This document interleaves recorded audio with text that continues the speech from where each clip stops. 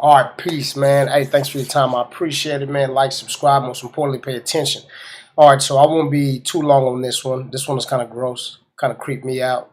So I'll just be as quick as possible. Get in, get out. So this one obviously is about. Well, I'm shooting this. This is Valentine's Day, February 14th, and I don't celebrate Valentine's Day, and so I'm gonna tell you why. And obviously, I'm gonna touch on the history, the origin of the holiday itself. And so, mainly the reason why for me, man, besides just the obviously, the money part of it, where they get you financially, but it's one of those holidays, just kind of like Christmas, like most of these holidays, where if you don't got it, you're not part of it, type of thing. So that's number one. What I never liked about things like Valentine's Day is that it's like if you don't have money to buy the shit, you know what I'm saying, you kind of out the loop. If you don't have a girlfriend or some kind of significant other, you're out the loop type shit. So uh, holidays where if if you don't reach a certain criteria, it's like you don't kind of qualify to celebrate it. I feel like that shouldn't be for everybody, right? It's just kind of like a selective few type of thing. So, uh, like I said, but the way obviously they commercialize it, they sell it to all of us. But at the end of the day, most people, like I said, there's certain, for certain reasons, certain circumstances, that is not the case for you. But when it's not the case for you, you stick out like a sore thumb. And I just think that anything where it calls for, a group of people to be separated, I feel like it's not worth it's not worth celebrating, straight up. And then another thing too is just the false pretense of it, the perverted pretense of it, right? We talk about love, where at the end of the day, I mean, is it about love or is it just being with somebody? You know what I'm saying? Is it actually being with somebody that you care about, or is it just the fact of just having someone next to you that you can say they're your Valentine?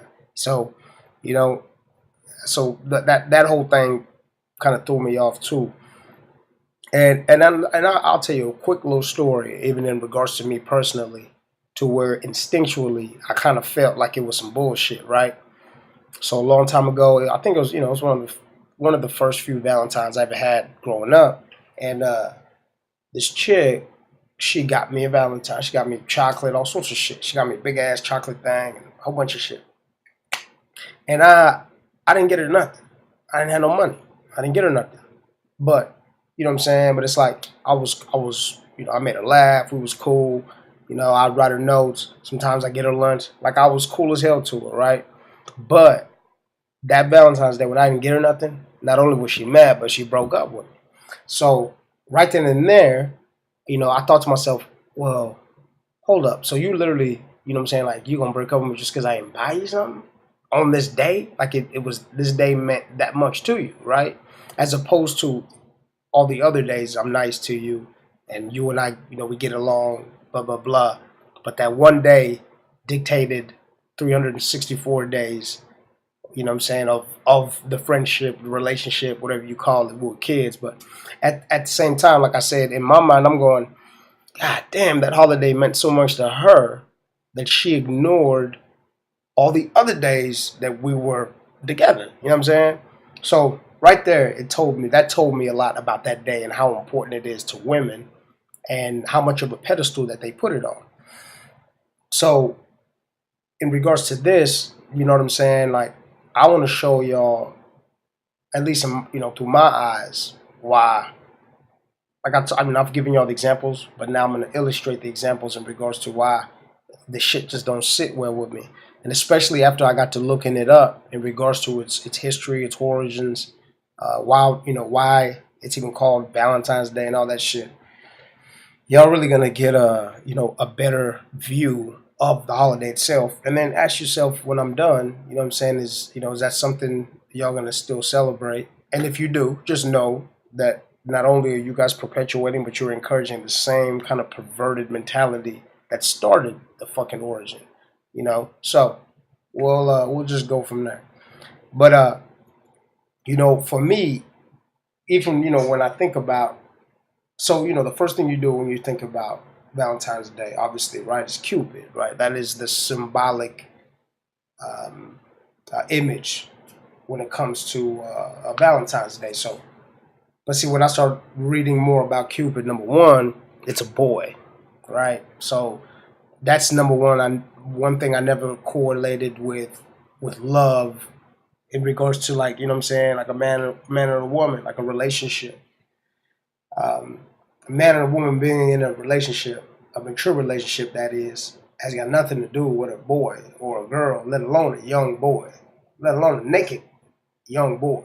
Ain't got nothing to do with that shit. Only time that has anything to do with it is because of after the fact that have had some sex. But nevertheless, the symbolism of love, it could be a heart, it could be anything else, but a little boy. So for me, that's what always threw me off too. Was like, why the fuck they always got a little boy running around throwing love everywhere? Like, a little boy doesn't know shit about love, right? I mean, he's a little boy.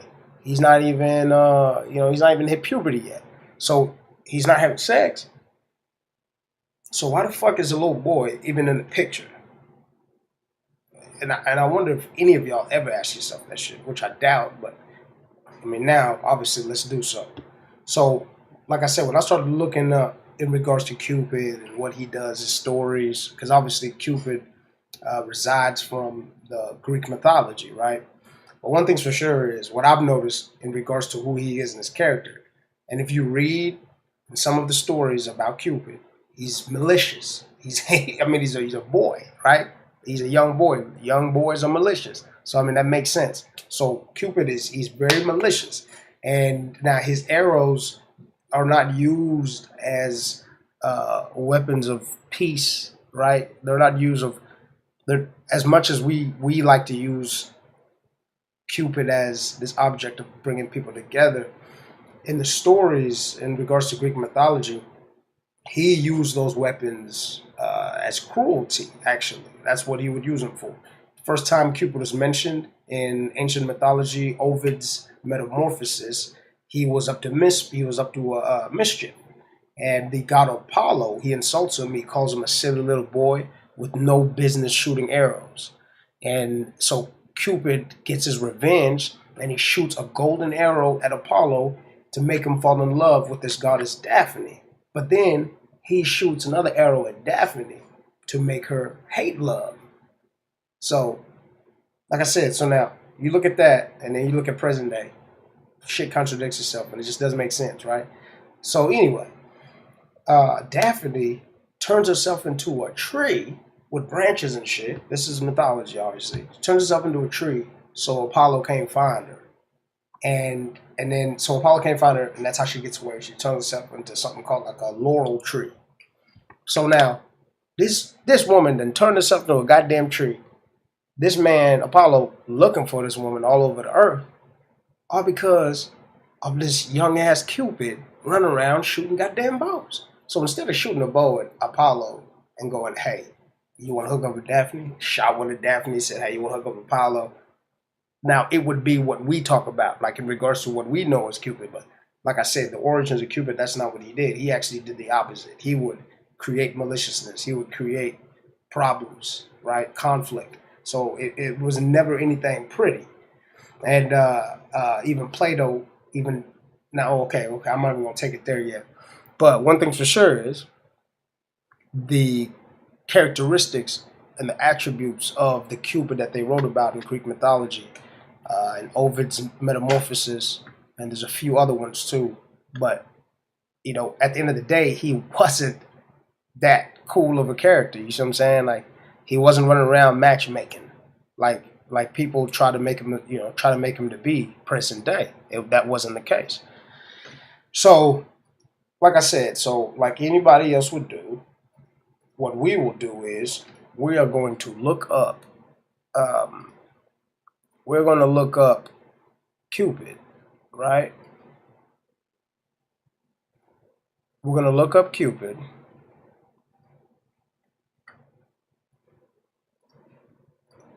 Okay. Because this is what I did. First thing I did was just jump on there. I said, first I typed in Valentine's Day, and I just said Cupid. Boom. Search images. Let's just go see what it looked like. right? So boom, there goes your Cupid. You love matchmaking motherfucker, right? So like I said, what's fucking weird, number one, is he's a little ass boy. That shit's strange. Never understood that shit. So if you look at these images here, you see here, I'm assuming this is Daphne, who had turned herself into that laurel tree that I just told y'all the story about. Now you see him shooting, right? He's a little ass naked little boy. Now, like I said, for Cupid, and we're gonna obviously break down the reason why Cupid he is who he is, where he comes from. But at the end of the day, they call him he's the god of love. And and then look at this shit right here. Look at this shit right here. Cupid and Psyche. This is two men. This is two men in a bed. And this is fucking the mascot for Valentine's Day. This is two men. You see these men right here? That's you see that dude with the wings? That's your boy Cupid. That dude that shot you with the arrow. So now you in love with your with your significant other. And that's a dude that he getting out the bed with. That's a dude. That's a dude. Yeah. There's another one. Naked. Just a naked little kid. Here it looks like he looks like a grown man, but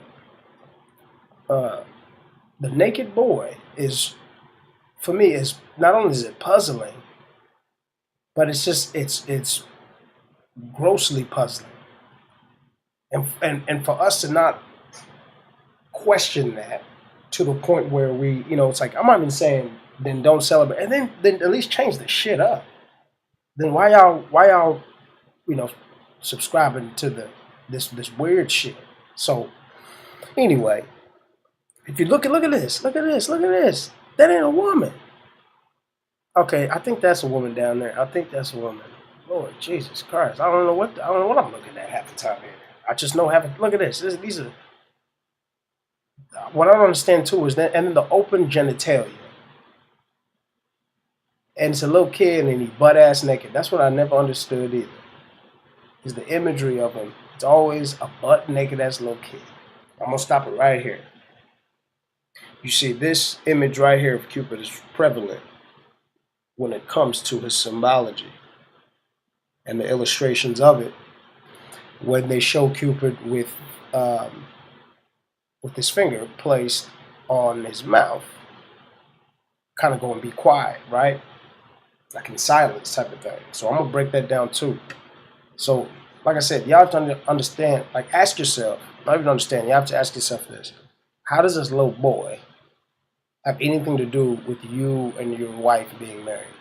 Or you and your husband being married? Or like what does that little boy, and especially whether you have kids or not, what does that little boy, how does that represent your love? Especially, and then it's like y'all are grown, mature people who do things that kid has never done. That little kid has never felt love like a girlfriend.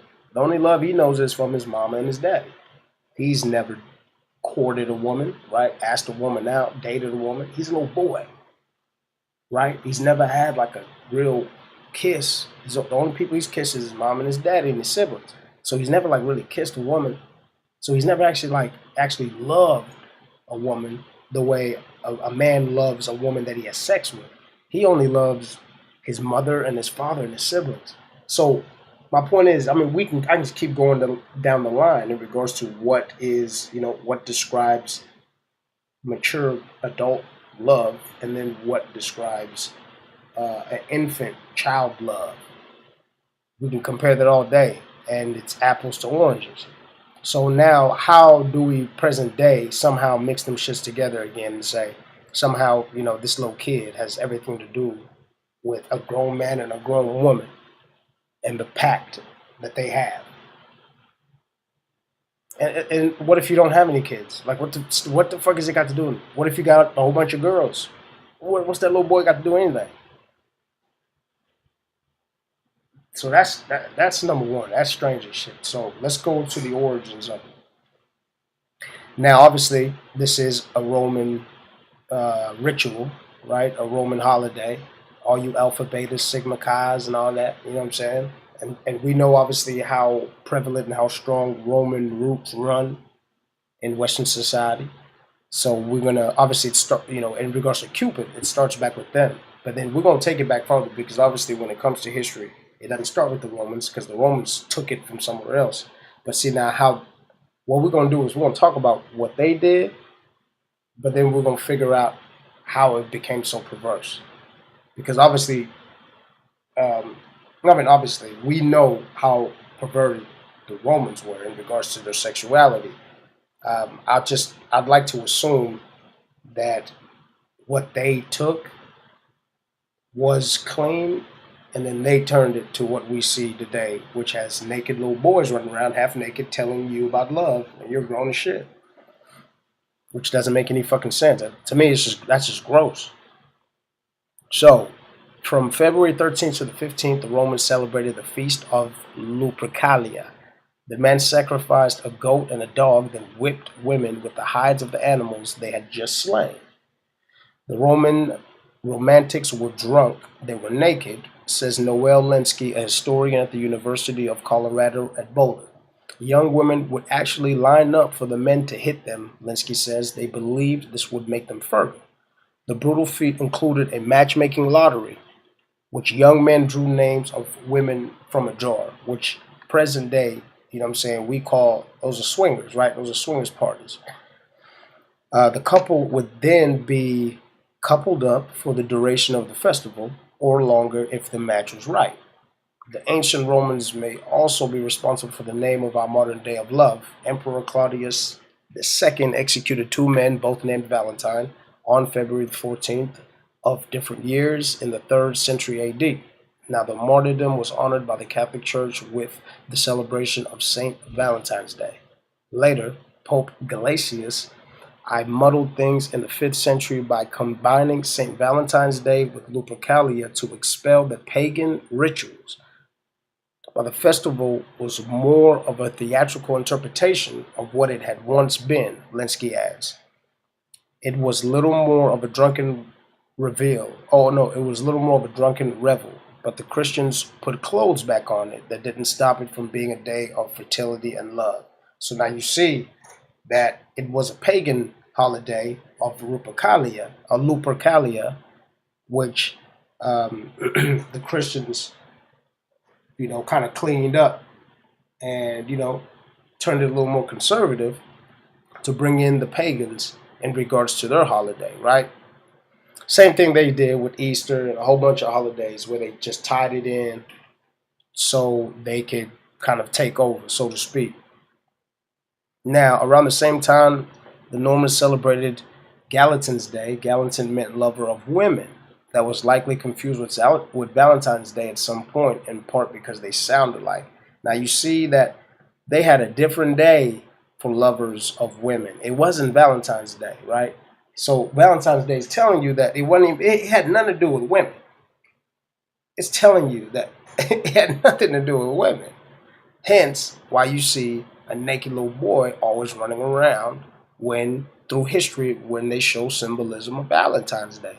It's because it had nothing to do with women. Women Day, or at least lover of women, where you would get your woman a rose or make her a necklace, do whatever. The things that we do for Valentine's Day, that was Galatine's Day. That was Galatine's Day. Galatine's Day was around the same time, and that meant lover of women. You understand?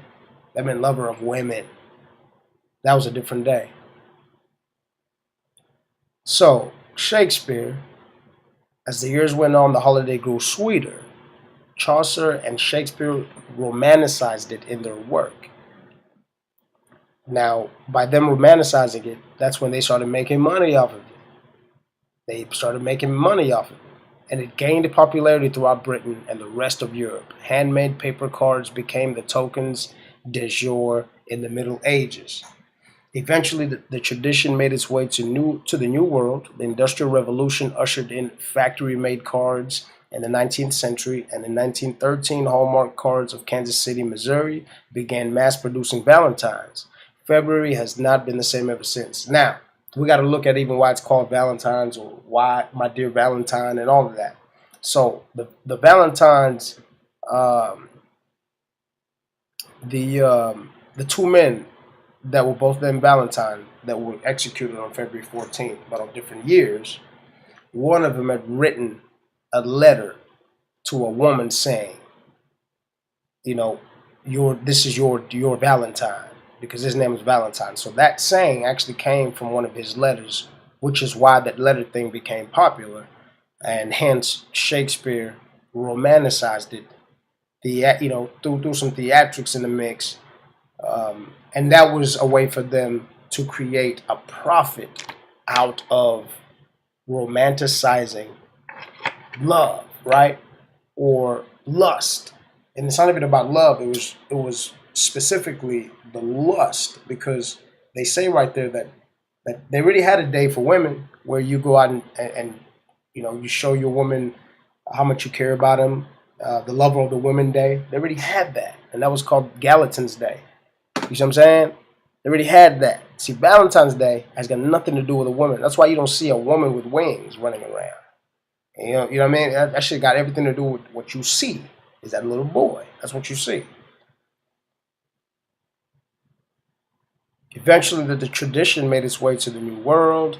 Now, today, the holiday is big business. According to the market research firm IBIS World, Valentine's Day sales reached 17.6 billion last year. This year's sales are expected to total 18.6 billion. One day, 18.6 billion.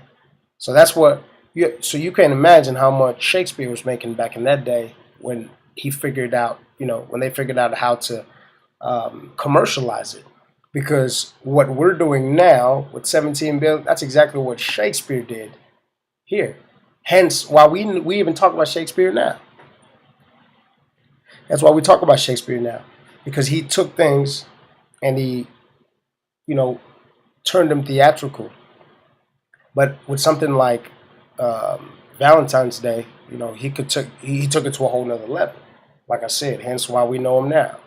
So you can imagine how much money them cats was pulling in. Which I'm sure a lot of them too were a lot more famous after they died, but you know what I'm saying. It's like everybody knew who Mozart was, even before he died.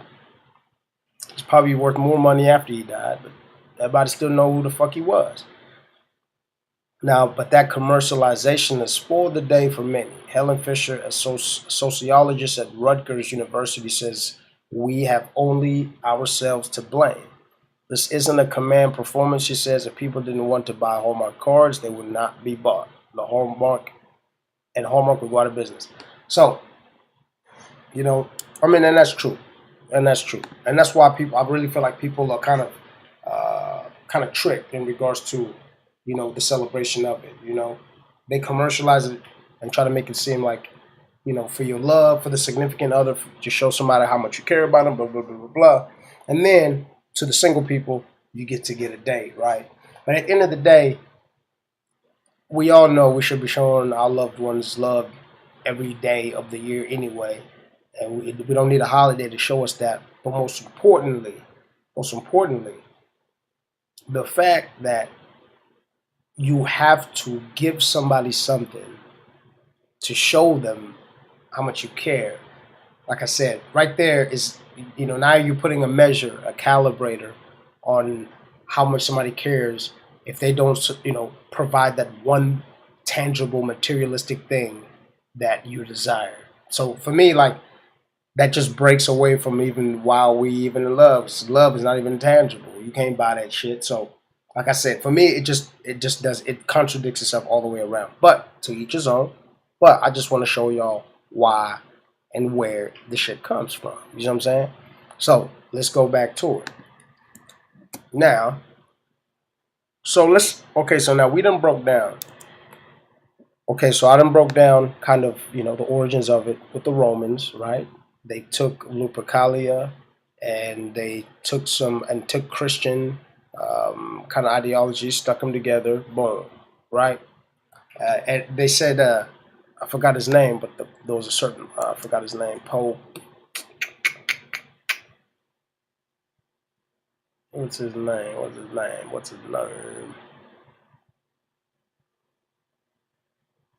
Okay, Pope Galatius muddled things in the 5th century by combining St. Valentine's Day with Lupercalia.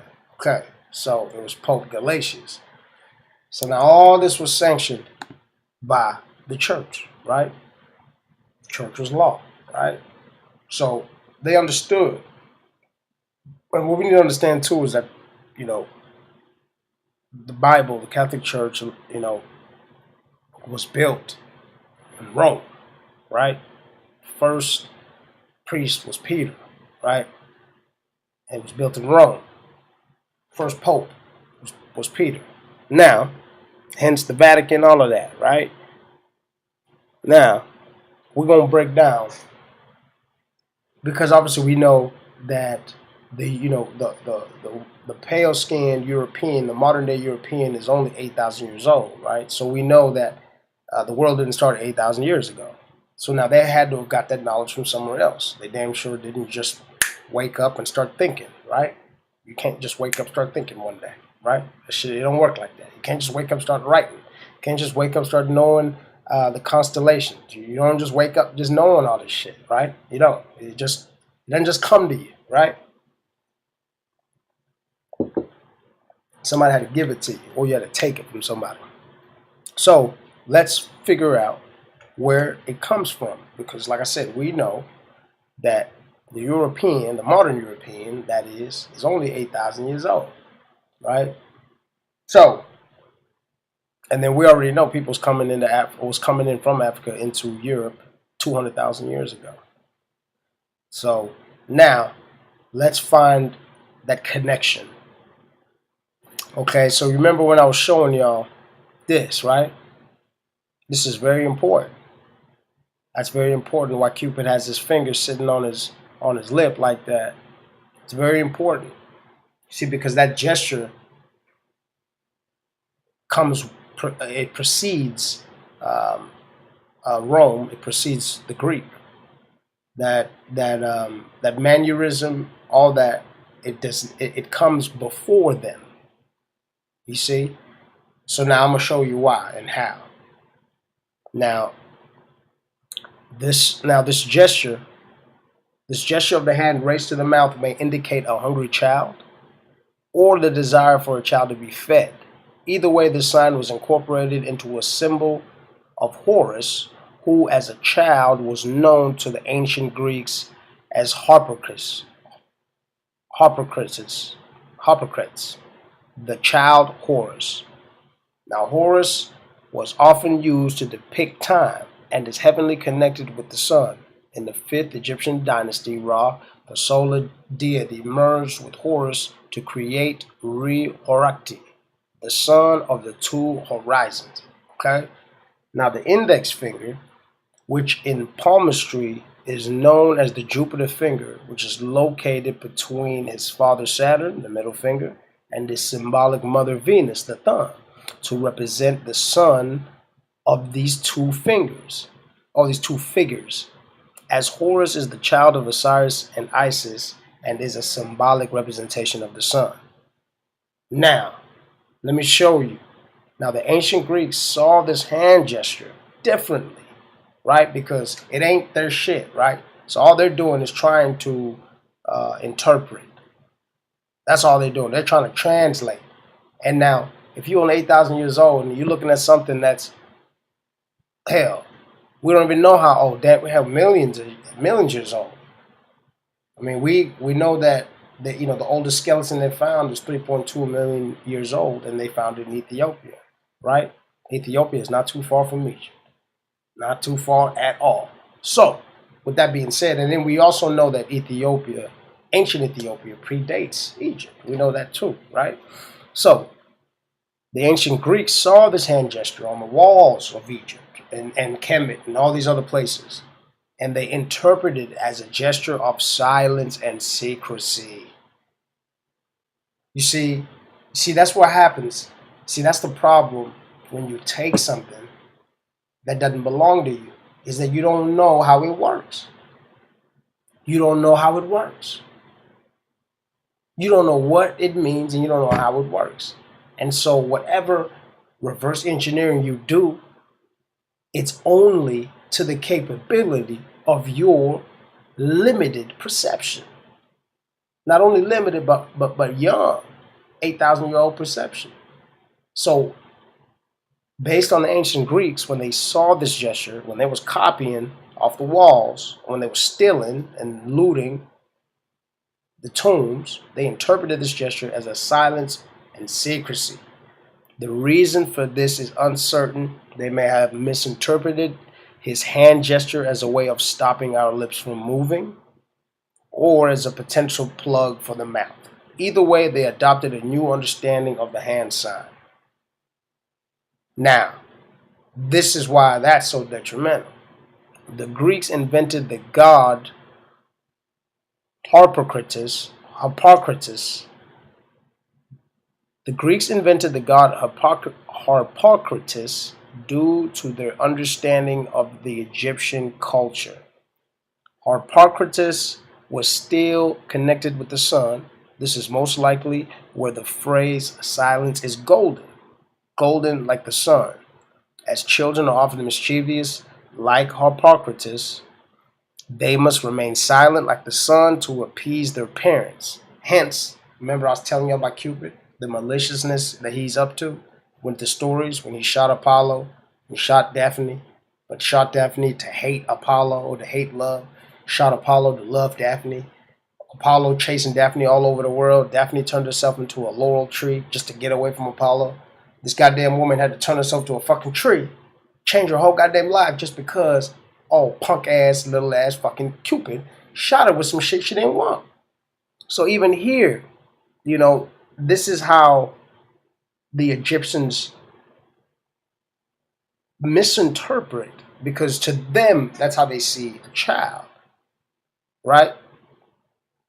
So Harpocrates developed wings and became Harpocratic Eros, which in turn became Cupid. Cupid is linked specifically with being a child. And the connection with wings suggests the influence of horse falcon wings that span the sky. Horus's other side is Seti. And Set is symbolic to the hawk, which is what they're talking about. I mean, it's symbolic to the falcon, which is the other side of Horus, right? Y'all need to know that shit. Anyway, Horus's falcon wings that span the sky, representing the young morning sun. So now y'all see why this is what it is because they, like I said, they misinterpreted that gesture and took it as a gesture of silence and secrecy. As it wasn't. You see, for us, it was connected to the gesture to indicate hunger of a child or the desire for the child to be fed. You understand?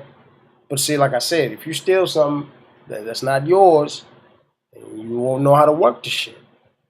You'll come up with your own definitions and your own, your own idea.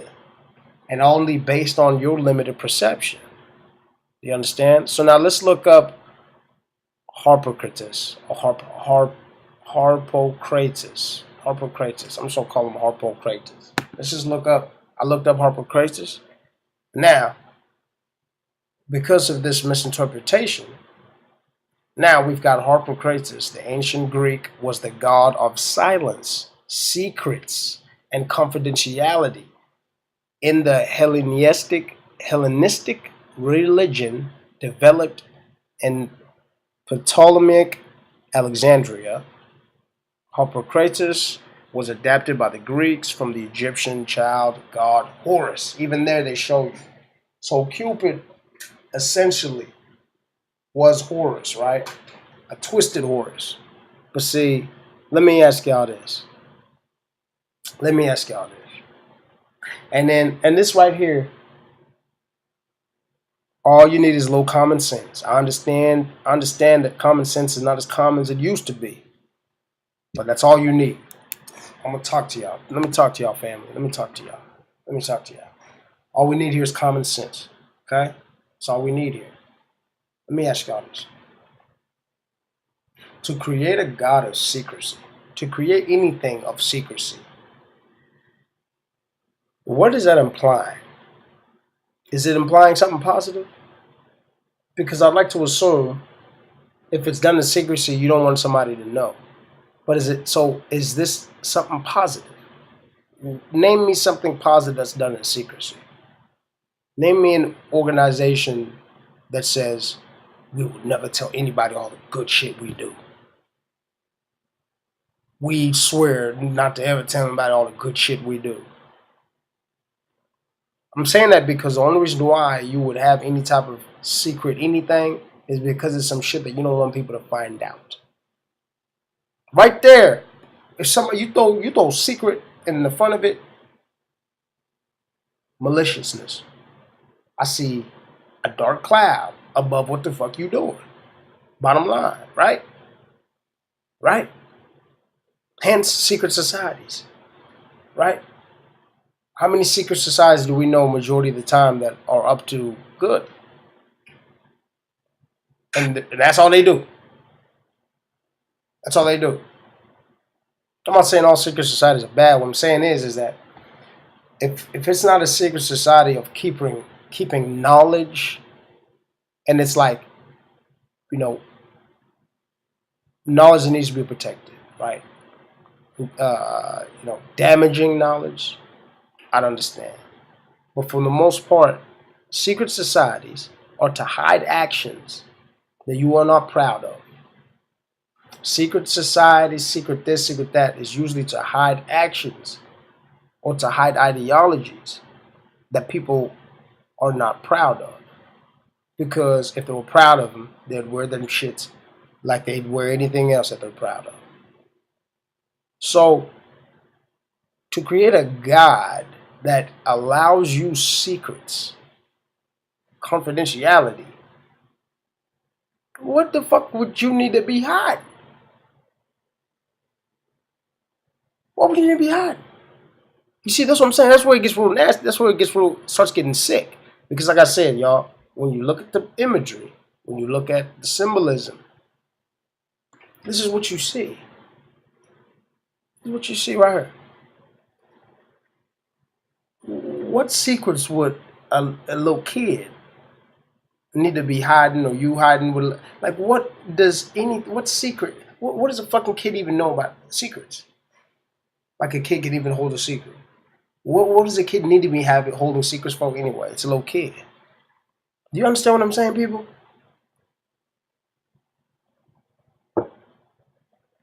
Family, y'all gotta read between the lines. This shit is disgusting. These people are nasty. Let me talk to y'all, family. These people are nasty.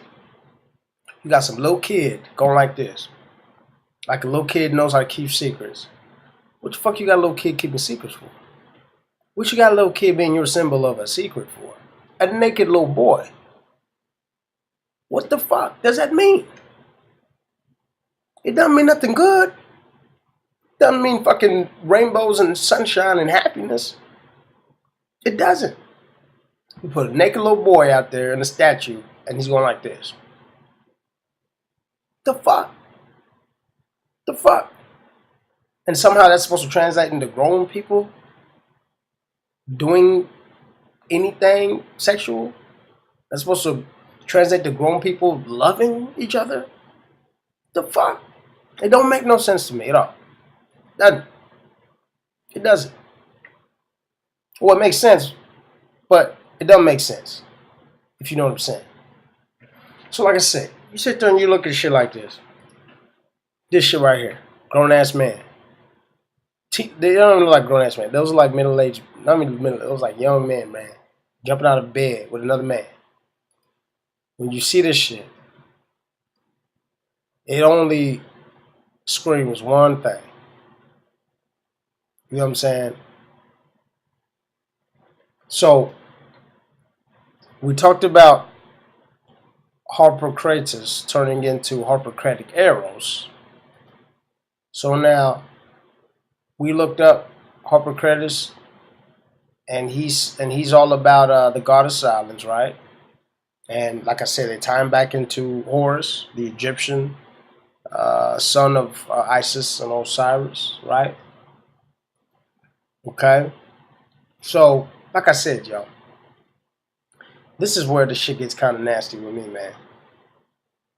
You see, with these motherfuckers, this is where it wasn't. I feel like number one that Lupercalia, where men would run around naked and whipping women on the street, quote unquote, make them fertile, all that weird shit, to little boys running around in men's beds, Cupid. It only stems to one thing, and it's the way these people live. You see what I'm saying? See, because the Roman society was a patriarchal and free-born male citizen possessed political liberty. Virtue was seen as an active quality through which a man defined himself. The conquest mentality and cult of virility shaped same-sex relationships. Roman men were free to enjoy sex with other males without a perceived loss of masculinity or social status, as long as they took the dominant or penetrative role.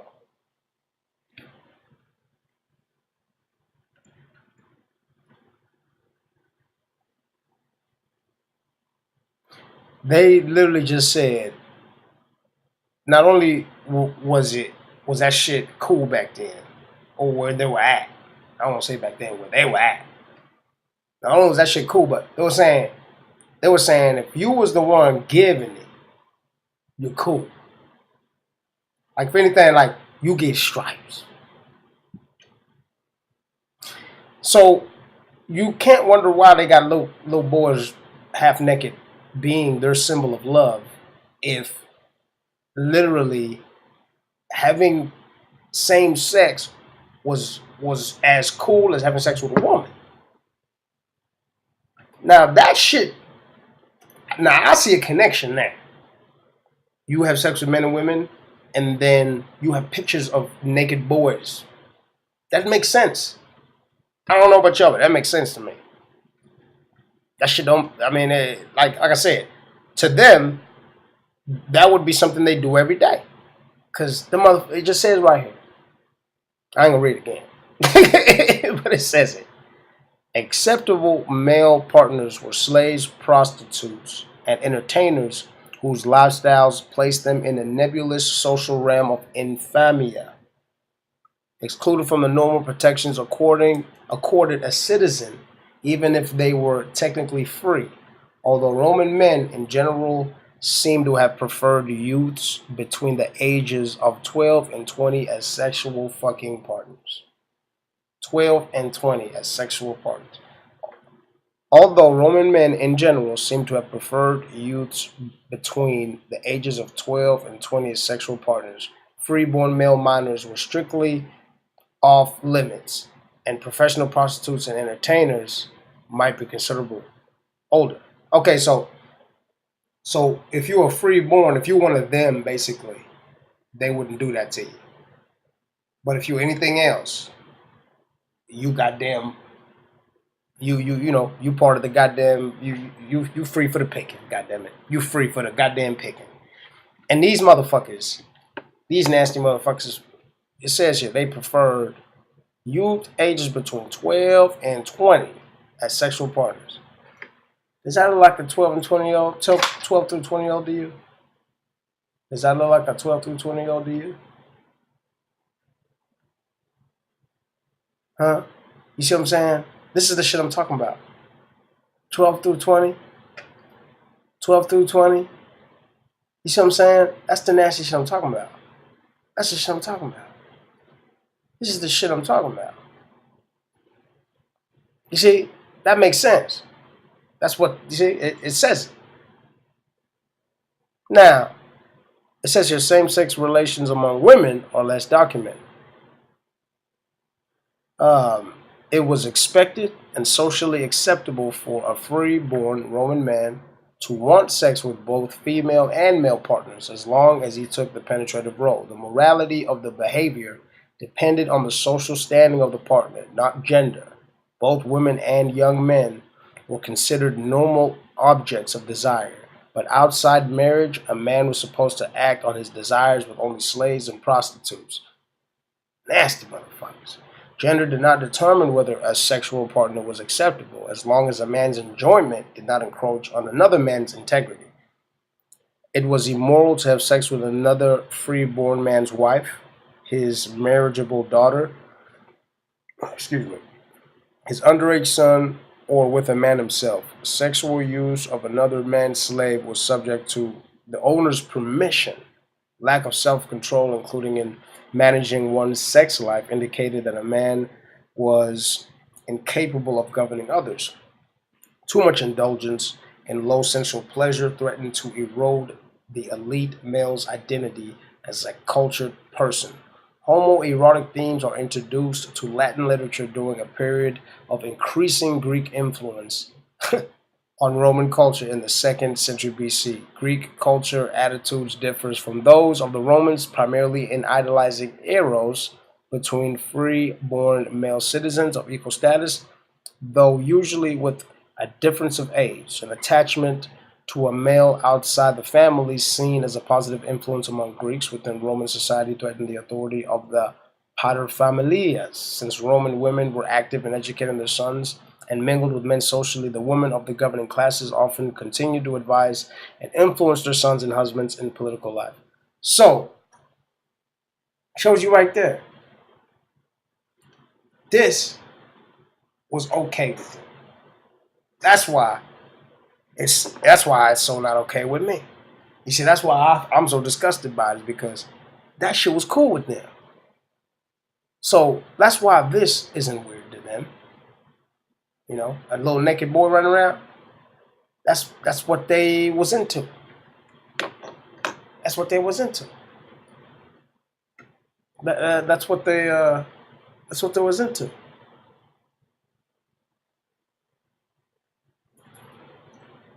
That's what they was into.